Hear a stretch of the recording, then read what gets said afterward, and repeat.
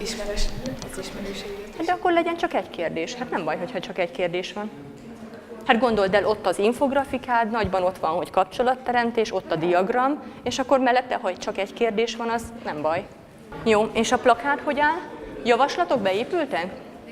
Igen. Ja, szedtetek le egy olyan? Hogy az legyen a háttere. És hogy fog rajta látszani a... Ja, hogy elhalványítani a hátteret? Jó.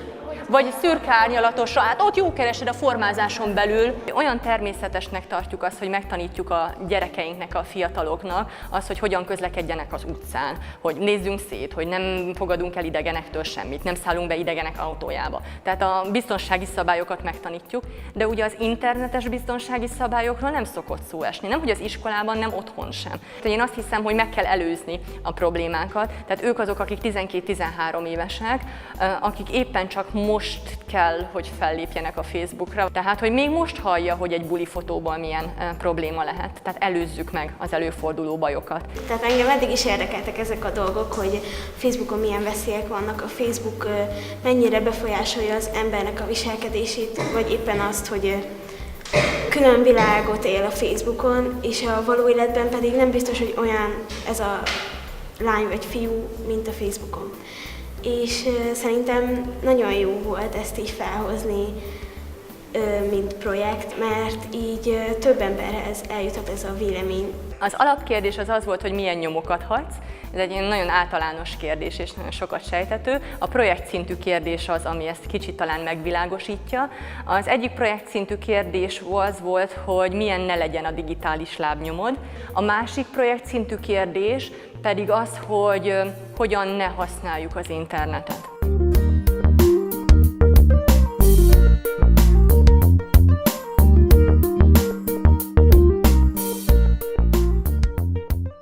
A képfeltöltéssel kapcsolatban olyan dolgokat vettünk észre, hogy vannak olyanok, akik nem is csak magát szégyeníti meg a Facebookra feltett képével, hanem valamikor másról is olyan képeket tesz fel, amik negatív értelemben tükrözik a másikat. Nagyon nehéz, mert a Facebooknak ugye nagyon vegyes a felhasználója, tehát nagyon sok felhasználója van, és többen is olvashatják ezt a bejegyzést, tehát gyerekek, felnőttek egyaránt, ezért nem lehet túl szlenges se, meg nem lehet túl hivatalos se, és ezen még dolgozunk.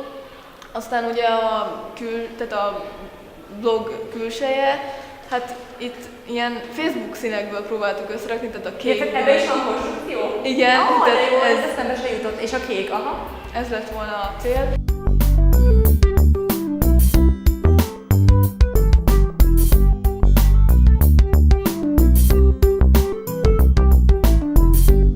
Itt egy alkotási folyamat volt, tehát van egy ilyen alkos lépés, tehát kutakodó munka az már előzetesen megvolt, tehát ismerik már a veszélyeket, felmértük, és itt az általuk kitalált dolgokat viteleztük ki, tehát tudnélik, hogy hogyan tudnák ezt a többiekkel is megosztani. Tehát ők most már nagyon sok veszélyt tudnak, tudják, hogy mire kell figyelni, de hát figyeljünk másokra is, és hogy másoknak is mondjuk el.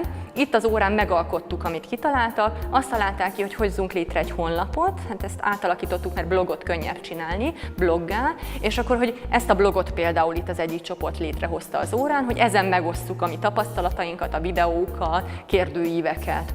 Akkor szintén alkotási fázis volt, hogy kitaláltunk egy infografikát is, ugye szemléletesen tudja mutatni, hogy milyen veszélyek lehetnek, illetve hogy az embereknek milyen része, tehát hány százaléka, hanyad része esik ebbe a veszélyekbe bele, tehát talán ilyen figyelemfelkeltő lehet, ezt is itt elkezdték megalkotni. Kitalálták, hogy legyen plakát is, mert azért csak van olyan, aki nem interneten létezik, és hogy hívjuk fel a figyelmét plakátokon keresztül rá, ezt is itt megalkották, ezeket a plakátokat, és akkor még egy segítő csapat volt, aki az adatok feldolgozásában segített, tehát alkottunk végig ezeket a produktumokat. Például itt ez a Google kérdőív, ezt is hát nagyon sokan így több óra hosszán keresztül küldözgették ki csoportokba, meg ismerősöknek megosztottuk.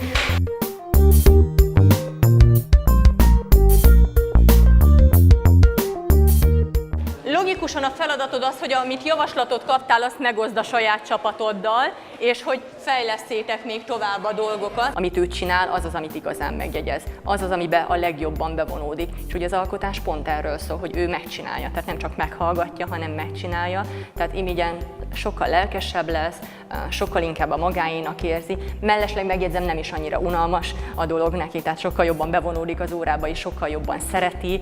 Ja, és egyébként egy csomó kompetenciája fejlődik mellesleg közben, ami egy frontális órán nem fejlődik, csak alkotás során, akár a kreativitást, amit annyira nagyra értékelünk mostanában, méltán egyébként, hát ilyen csoportmunkában tud fejlődni. Ugye a kooperáció, ugye a munkáknak a nagy részében kooperációra van szükség, hát ez egy alkotási folyamatban tud fejlődni, ez ezért nagyon-nagyon fontos. Ugye, tehát most csinálunk olyanokat, hogy megmondjuk, hogy tehát átgondoltatjuk az emberekkel, hogy biztonságosan Facebookoznak-e, és hogy tényleg jól csinálják ezt a Facebook felhasználást, viszont ugye ez nem tükrözi azt, hogy a Facebook az veszélyes, és ezt nem szabad használni. Ja, tehát hogy szerinted túllövünk a célon, és akkor, hogy ne használjuk Nem, csak az emberek, amikor ilyen nagyon mélyen belegondolnak ebbe, akkor megszületett az a döntés, hogy én törlöm magamat a Facebookon.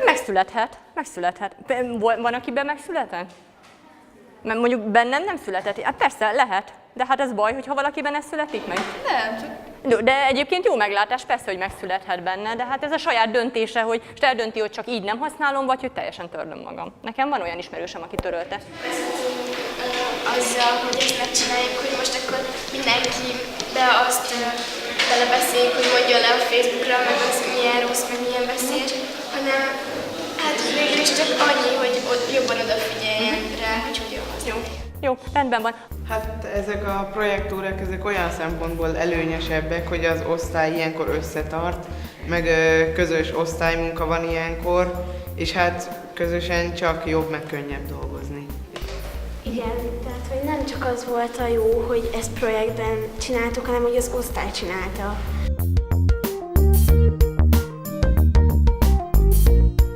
Én személy szerint most úgy használtam ezt a Teamappot, hogy ennek van tanár és diák verziója is, és jöttek most hozzánk vendégségbe a nagy család, és ugye vita van azon, hogy most kistesó nagytesóval akar lenni, anyuka férjel akar lenni, és hogy így osztottuk be, mert ezt megmutattam a szüleimnek, és így osztottuk be, hogy nekem most kivel lesz.